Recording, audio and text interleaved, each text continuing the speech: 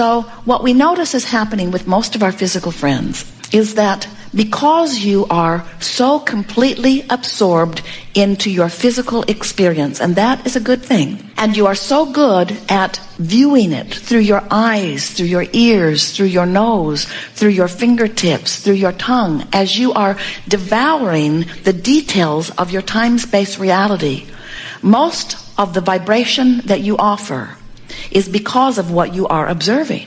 When you give your attention to something, it's already offering a vibration. And if you give it your attention for as little as 17 seconds, you activate the vibration of the subject of your interest within your own vibrational pattern. So when you give your attention to something for as little as 17 seconds, an activation occurs and law of attraction kicks in, which means other thoughts like it are now being drawn to it. And in another 17 seconds, and then another, and then another, and then another, once you have given something your attention for as little as 68 seconds, you have activated a strong enough vibration that now it has real attraction power. And it's going to show up in your experience. Wanted or unwanted. It's just the way the law works. When you spend your time observing what is and not deliberately offering your thought, just observing what is, when the majority of your thought process is about what is, then your life must continue to be pretty much like it is. In other words, different places, different faces, but the same theme keeps moving through your life. You are living good lives. Comparatively speaking, as you look around other humans, you're doing fine.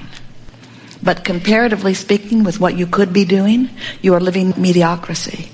Compared to what you could be doing, you are scantily beginning to discover the excellence that this time-space reality holds for you. You have not even begun to tap in to the vibrational escrow that you have personally amassed here in this physical life experience. You've not begun to live what you can live only because you do more observing about what is than you do thinking about where you're going. As you begin to train your mind to focus upon things you want rather than things you've got, as you begin to care so much about how you feel that you guide your thoughts based upon their feeling quality rather than upon their factual quality, as you care about how you feel rather than wanting to express the truth of a thing, there are a lot of things that are true that you don't want, and yet you feel virtuous because you express the truth. And we say, if you keep beating the drum of things that are true that you don't want, you keep creating more things that you don't want that are true. In other words, law of attraction does not discriminate. And that's the wonderful thing about law of attraction. It allows you your freedom to choose. You are so free, you can choose bondage. You see, yesterday someone said, but what about those things that come out of the blue? And we say, nothing comes out of the blue, it comes out of the oblivious. In other words, nothing comes out of the blue if you are aware of the way you feel. And you can start right now. The next thing that happens that is big in nature, that feels really good or really bad, settle into it and say, oh, I can really feel this. And then reach for recent thoughts that evoke that same feeling and say to yourself, I saw this coming. I saw it coming. I sensed it coming. I felt it coming. I knew it was coming. Expectancy is about being aware that this behavior brings forth this experience. And we want you to begin to expect the manifestations that come from the patterns of thought, because that's how all things are created. Before there is what you call manifestation, there is strong, long, steady thought, consistent thought about it. So to be the deliberate creator of your reality, you want to direct your thoughts. When you are directing your thoughts, you have to know what is the direction that is leading you toward what you want and what is the direction that is leading you toward what you don't want. Have you ever had a decision to make and so you decided you would poll the people that are close to you, and every one of them gave you a different answer? This one said do it, this one said don't do it, this one said do it but do it this way, this one said do it but do it this way. They drive you out of your mind because they can't possibly give you guidance that is good for you. They can only give you guidance about you that is good for them. Because everyone must factor in how this fits into their life experience. Everyone is selfishly oriented. You cannot help but see through the eyes of self. When you go to the car dealer and you say to him, which do you think is the best car for me? He will tell you which is the best car for him to sell to you. He doesn't have the ability to factor in all of the things that you've been living that have made you know specifically what you want. If you leave it to him, he'll sell you what works best for him. When you go to the doctor or the dentist or to anyone who has something that they are offering to you, they cannot help but factor in their relationship with you as they are counseling you. And that is not a bad thing at all. And we certainly do not mean that they are not well-meaning in their effort to assist you. What we are saying is every time you interact with someone else, you get all kinds of vibrational interference is really the best word, because no one can guide you accurately. And it doesn't matter how precisely you tried to follow anybody else's advice. You cannot quantify your journey, and you cannot get from where you are to where you want to be by asking anyone outside of you what is the proper path. Religion cannot give it to you. Politics cannot give it to you. Your mother cannot give it to you, and your teacher cannot give it to you. No one can give you accurate guidance, but no one needs to, because you've got built-in guidance. And the guidance works like this. You come forth from non-physical, but the larger part of you, the eternal part of you, the source energy part of you, the God force part of you remains non-physically focused. In other words, many people think that they're dead or alive, which means their soul is in heaven or it is here with them. Many people think that it is one way or the other, and we're wanting you to understand it's like when you plug your toaster into the electricity that comes through your wall. You don't ask the electricity to come and be the toaster. You're happy that the electricity remains the electricity and that it powers your appliances. You understand the difference between the source of the energy and the toaster. And so we're not wanting to be disrespectful, but you are the toaster.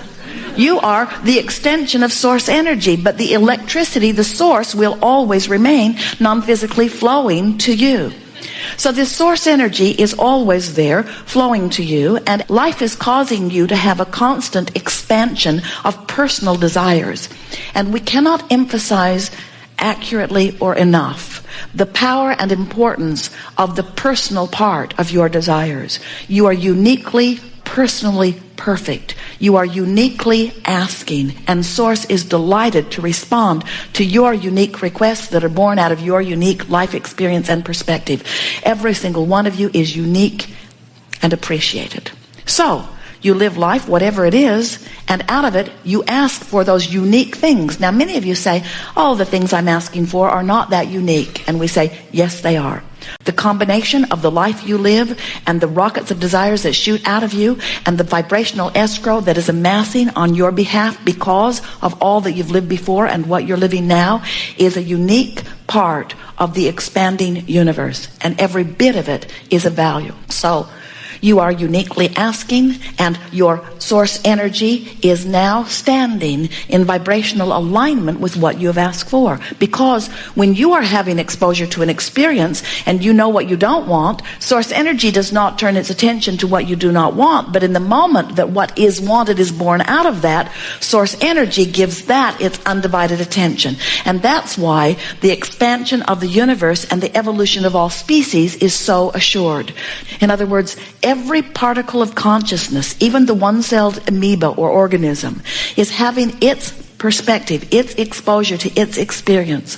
And as it is having its exposure to its experience, it is giving birth to improved preferences.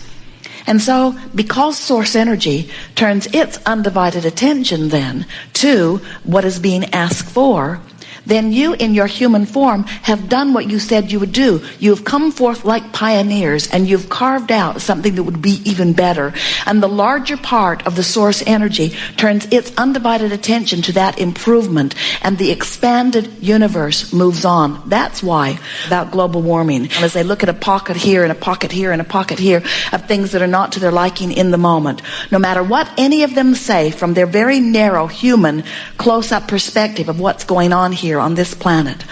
Because when something that you see that you do not like causes you to launch a rocket of desire, and because source energy, the energy that creates worlds, turns its undivided attention to what you are now asking for, you have to know that even as you're beating the drum and fearing global warming, that you're asking for improvement, and source is flowing with the improvement. So life must continue to get better on this planet. Do you know that it is at the best it has ever been and improving? How you look at what is now out on the leading edge and call it declining when it is expanding and improving can only be because you're looking through the narrow eyes of human perspective that are in this moment beating the drum of lack in some way, and you've disconnected yourself from the view of broader perspective. You are magnificent beings, and we love you very much, and what you add to the evolution of all that is enormous. But you have not yet, from your human perspective, figured out how to scrape enough dirt together to launch another Earth into orbit. You don't know what you're doing relative to things that are world nature. Global warming is not a factor that need concern you. This Earth is expanding and evolving and improving. It is not shrinking and disintegrating and declining. It is not. Life is eternal, and your balanced Earth is in good stead. Worry not about it. But it's not wrong for you to explore your Earth and see things that are of concern to you. That's what you said you would do. So you see something that is of concern to you, immediately you ask for an improvement.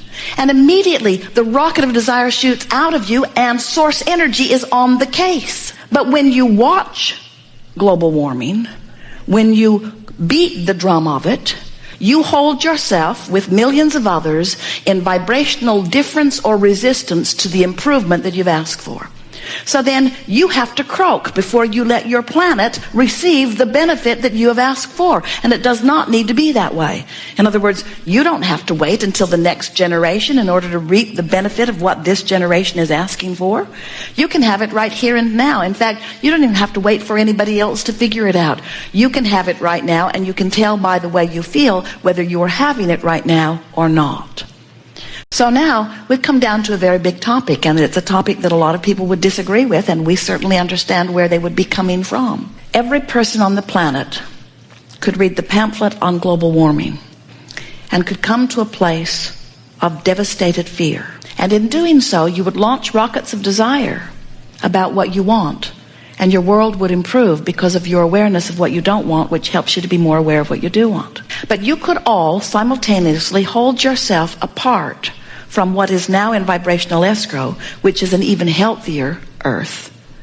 You could, as a mass consciousness, it'll never happen, don't worry, but just speculating, you could, every one of you, turn your attention to things that make you feel awful, and your Earth would continue to thrive, but you wouldn't.